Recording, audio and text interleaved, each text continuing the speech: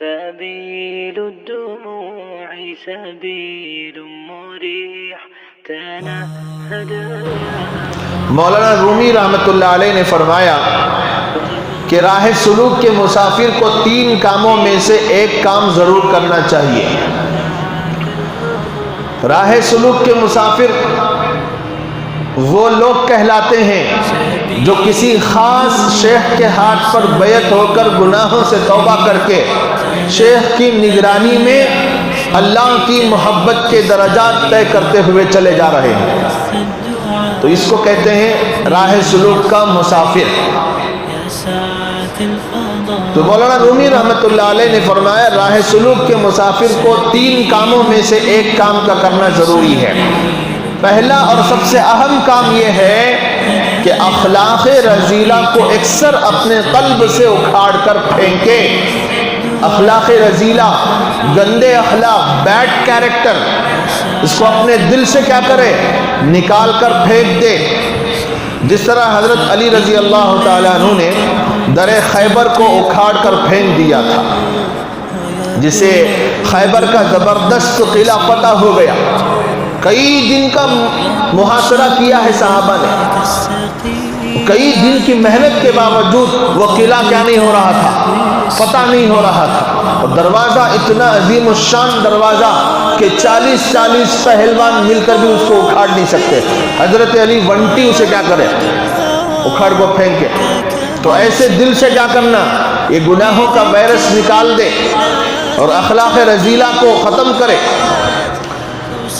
اسی طرح باطنی فتوحات کے لیے ضروری ہے کہ رذائل اور اخلاق رذیلہ کو دل سے بیک وقت ختم کر کے دور کر دے. اس سے یہ بھی معلوم ہوا کہ باطنی فتوحات کے لیے قلب کا اخلاق رذیلہ سے پاک ہونا ضروری ہے. آدمی ظاہر میں کتنا بھی اچھا بن جائے لیکن دل میں اخلاق رذیلہ نے جگہ پکڑی ہوئی ہے تو اس کا ظاہر اسے نجات نہیں دلا سکتا. اس کا ظاہر اسے نجات نہیں دلا سکتا. تو مولانا روم رحمۃ اللہ علیہ فرماتے ہیں اگر کوئی سالک پست ہمتی کی وجہ سے یہ کام نہ کر سکے تو دوسرا کام سالک کا یہ ہے کہ وہ رذائل کو ختم کرنے کی کوشش میں لگ جائے. یہ کوشش میں لگنا ہی فتوحات باطنیہ قرار پائے گا. جیسے خیبر کے موقع پر حضرت صدیق اکبر اور حضرت عمر فاروق رضی اللہ تعالی عنہما نے کیا کہ ان کے ہاتھ سے خیبر کا دروازہ اکھڑ نہ سکا مگر وہ برابر اس کے اکھاڑنے کی کوشش میں تھے، اسے توڑنے کی کوشش میں تھے اور اسی لیے ان کو شریک جہاد مانا گیا. اسی طرح جو رذائل اخلاق کے اکھاڑنے اور ان کے ختم کرنے میں کوشاں ہوگا وہ باطنی جہاد میں شامل اور فتح میں شریک قرار دیا جائے گا. یہاں مراد جہاد اکبر ہے جیسا کہ غزوہ جہاد اصغر ہے. تو مولانا رومی رحمۃ اللہ علیہ نے فرمایا جو سالک اتنا کمزور اور ضعیف اور پست ہمت ہو کہ یہ کام بھی نہ کر سکے تو ایسے سالک کے لیے ایک تیسرا کام ہے. پہلا کام کیا ہے بھائی؟ دل سے اخلاق رذیلہ کے دروازے کو نکال کر ہی پھینک دے. دوسرا اگر یہ نہیں کر سکتا کم از کم اکھاڑنے کی کوشش تو کرتا رہے. اگر اس کام کی بھی ہمت نہیں ہے اور پست ہمتی کی وجہ سے یہ کام بھی نہیں کر سک رہا ہے تو تیسرا کام ہے. مولانا روم فرماتے ہیں کہ ضعیف و پست ہمت سالکین کے لیے یہ کام تجویز فرمایا کہ ان کو بھی جہاد میں حصے دار بنا دیا. وہ یہ ہے کہ کسی کامل کی صحبت اور خدمت میں رہنے کی زحمت گوارا کرے.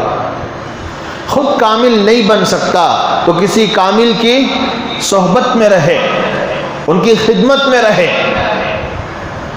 تب جا کے وہ اخلاق رذیلہ کا دروازہ ڈھیلا ہوتے ہوتے ہوتے ہوتے ہوتے ایک وقت آئے گا کہ اللہ تعالیٰ اس کو اکھاڑنے کی بھی ہمت دے دیں گے. اب آدمی اپنے آپ کو کامل سمجھ گیا تو کبھی اس کے اخلاق رذیلہ کی اصلاح نہیں ہو سکتی. آج ہم سب کا المیہ یہی ہے. ہم سب کا المیہ کیا ہے؟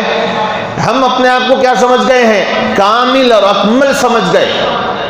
نماز پڑھتے ہیں، ذکر کرتے ہیں، تلاوت کرتے ہیں، دین کے کام کرتے ہیں، سماجی خدمات کرتے ہیں، فلاں کرتے ہیں، ہم تو کیا ہو گئے؟ بہت بڑے کامل ہو گئے. ہم اب کسی کامل کی رہنمائی اور کسی کامل کی صحبت کی ہمیں کوئی ضرورت نہیں.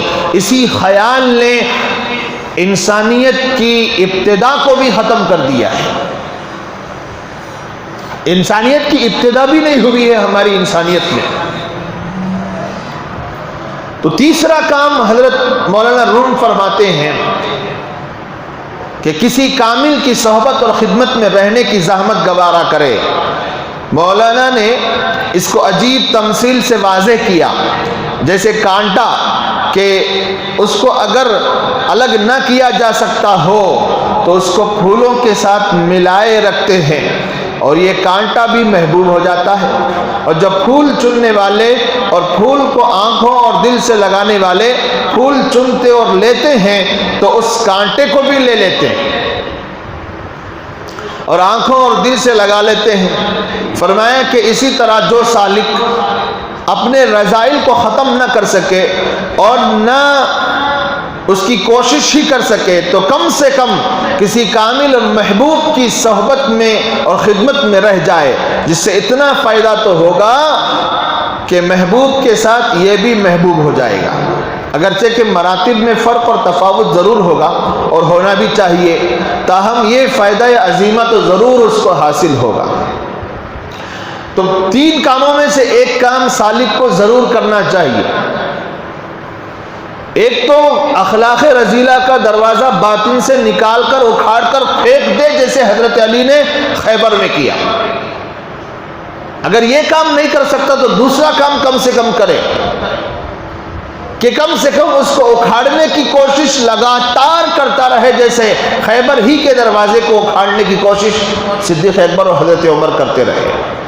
لیکن ان کا حصہ بھی کس میں تھا؟ اس وقت کی جہاد میں تھا. اور 2 کام بھی نہیں ہو سکتے. سالک اتنا پست ہمت ہے، اتنا کمزور ہے اور گناہوں کی بوجھ نے اسے اتنا نڈھال کر دیا ہے کہ وہ 2 کام نہیں کر سکتا. تو کم سے کم تیسرا اور آخری کام یہ کر لے، کسی کامل شیخ کی خدمت میں اور صحبت میں اپنے آپ کو لے جا کر ڈال دے. جیسے پھولوں کے ساتھ کانٹوں کو بھی سینے سے لگا لیا جاتا ہے اور بالوں میں لگا لیا جاتا ہے، تو اللہ تعالیٰ ان محبوبین کی جماعت کے طفیل سے اس گنہگار کو بھی قبول کر لے. اتنا فائدہ تو ضرور ہوگا صحبت کا. اس لیے آج ایک نظام ہے، خانقاہی نظام، جسے اہل اللہ چلا رہے ہیں. بعض لوگ اس کو بیکار نظام کہتے ہیں. تو میں ان سے ایک سوال یہ کرنا چاہتا ہوں، جن لوگوں کے دل میں یہ بات ہے کہ خانقاہی نظام الگ سے نہیں ہونا چاہیے، اہل اللہ کی صحبت میں الگ سے بیٹھنا نہیں چاہیے، وہ اپنے ضمیر میں جھانک کر دیکھنے، اپنے باطن میں جھانک کر دیکھے کیا اس کے اندر سے حسد ختم ہو گیا ہے؟ کیا اس کے اندر سے اخلاق رذیلہ ختم ہو چکے ہیں؟ کیا اس کے اندر سے اپنے آپ کو بڑا سمجھنے کی برائی ختم ہو چکی ہے؟ تکبر ختم ہو چکا ہے؟ کیا اس کے اندر سے باطن کے امراض ختم ہو چکے ہیں؟ اگر ختم نہیں ہوئے ہیں تو یہ اس بات کی کھلی ہوئی دلیل ہے کہ اسے کسی کامل شیخ کی ضرورت ہے. اسے ایک ایسے آدمی کی صحبت میں بیٹھنا ضروری ہے جس کے طفیل اللہ تعالیٰ اس کو بھی قبول کر لے. فرمایا کہ اللہ کا قانون یہی ہے کہ جیسی زندگی ہوتی ہے ویسی ہی موت آتی ہے. اسی لیے ایک جگہ اللہ تعالیٰ نے فرمایا یا ایھا الذین آمنوا اتقوا اللہ حق تقاتہ ولا تموتن الا وانتم مسلمون. کیا فرمایا؟ دیکھو ذرا اے ایمان والو، اللہ سے ڈرو جیسا کہ ڈرنا چاہیے اور ہرگز نہ مرو مگر مسلمان ہو کر. یعنی تمہاری موت اس حال میں آنی چاہیے کہ تم اسلام پر اور ایمان پر باقی ہو. اس حال میں تمہاری موت آنی چاہیے. تو یہاں سوال یہ پیدا ہوتا ہے کہ مرنے کی حالت تو ہمارے اختیار میں نہیں ہے. ہم کس حالت میں مریں گے کسی کا اس میں اختیار چلتا ہے کیا بھائی؟ کار میں جا رہا ہے ایکسیڈنٹ ہوا مر گیا، بائک میں جا رہا ہے ایکسیڈنٹ ہوا مر گیا، فلیٹ میں اڑ رہا ہے کرش ہوا مر گیا، پانی کے جہاز میں جا رہا ہے، پانی میں طغیانی آئی، طوفان آیا، غرق ہو کے مر گیا۔ کسی ایئر کنڈیشن کمرے میں بیٹھا ہے، اسی اے سی میں آگ لگ گئی، سارا کمرہ جل گیا، مر گیا۔ تو مرنا ہمارے اختیار میں کہاں ہے؟ تو سوال پیدا ہوتا ہے۔ اللہ ایک طرف یہ کہہ رہا ہے کہ وَلَا تَمُوتُنَّ إِلَّا وَأَنْتُمْ مُسْلِمُونَ، مرو اس حال میں کہ تم اسلام کی حالت میں ہو، پکے سچے مسلمان ہو، لیکن مرنا ہمارے اختیار میں کہاں ہے؟ یہ سوال تو اپنی جگہ بالکل صحیح ہے۔ تو پھر کیوں اسلام کی حالت میں مرنے کا حکم دیا جا رہا ہے؟ مفسرین نے اس کا جواب دیا ہے کہ اسلام پر مرنا تو ہمارے اختیار میں نہیں ہے، مگر اسلام پر جینا تو ہمارے اختیار میں ہے۔ بس سمجھ میں آ رہی ہے؟ اسلام پر مرنا تو ہمارے اختیار میں نہیں ہے، لیکن اسلام پر جینا ہمارے اختیار میں ضرور ہے۔ وہ اسلام پر مرے گا جو اسلام پر جیتا رہے گا، یعنی یوں کہو جو اسلام پر جیے گا وہ اسلام پہ مرے گا، اگرچہ کہ اسلام پہ مرنا ہمارے اختیار میں نہیں۔ تو بہرحال اسلام پر مرنے کا مطلب یہ ہے کہ تمہاری پوری زندگی اسلام کے مطابق ہونی چاہیے، تو اس وقت آخری میں بھی تمہاری موت اسلام پر آئے گی۔ اور اگر ساری زندگی ہماری عام طور پر قاعدہ یہی ہے، ضابطہ یہی ہے اور سنت اللہ یہی جاری ہے کہ جس حال میں زندگی گزرتی ہے اسی حال میں موت آتی ہے عام طور پر۔ تو ہمیں اپنا ایک طریقہ کار بنانا ہوگا، ہمارا ایک شیڈول بنانا ہوگا، اور ہماری زندگی کو ناپنے کے لیے کسوٹی بنانی ہوگی۔ جانوروں کی طرح، غیروں کی طرح ہم زندگی نہیں گزار سکتے۔ 24 گھنٹے والی زندگی کا ہمارے ایک شیڈول ہونا چاہیے، ایک برنامج ہونا چاہیے جس کے مطابق ہم اپنی زندگی کو طے کریں اور ہر دن کا سفر طے کریں۔ لیکن آج غور کر کے دیکھو، اسلام کے مطابق زندگی گزارنے کے لیے کسی بھی مسلمان کے ہاتھ میں کوئی شیڈول نہیں ہے، یعنی عام عوام کی بات ہماری ہے، جیسے چاہے زندگیاں گزر رہی ہے۔ صبح اٹھتا ہے، جھوٹ بولتا ہے، دھوکہ دیتا ہے، کھانا کھا رہا ہے تو حرام کا کھا رہا ہے، رشوت کا کھا رہا ہے۔ عورتوں کی زندگیاں دیکھو، بے پردگیاں عام ہو رہی ہیں، نہ ان کو قرآن کے تعزیرات کا کوئی پاس و لحاظ ہے، نہ اللہ کی دھمکیوں کا ان کو کوئی پاس و لحاظ ہے، کسی چیز کی کوئی پرواہ نہیں، جانوروں کی طرح، غیروں کی طرح زندگیاں گزار رہے ہیں۔ تو یہاں ہم یہ نہیں کہہ سکتے کہ ہماری موت اسلام پہ آئے گی، کیونکہ قرآن نے صاف طور پر کہہ دیا وَلَا تَمُوتُنَّ إِلَّا وَأَنْتُمْ مُسْلِمُونَ، اور حدیث میں اس کی تشریح نبی پاک صلی اللہ علیہ وسلم نے کر دی، جیسے تم جیو گے اسی حال میں مرو گے، اور جس حال میں مرو گے اسی حال میں اٹھایا جائے گا۔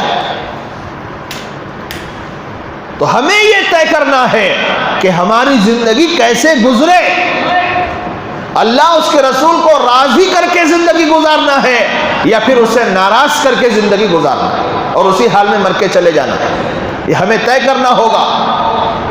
اللہ ہمیں سمجھنے کی توفیق عطا فرمائے۔ سبيل الدموع سبيل مريح، تنهد يا صاحي كي تستريح.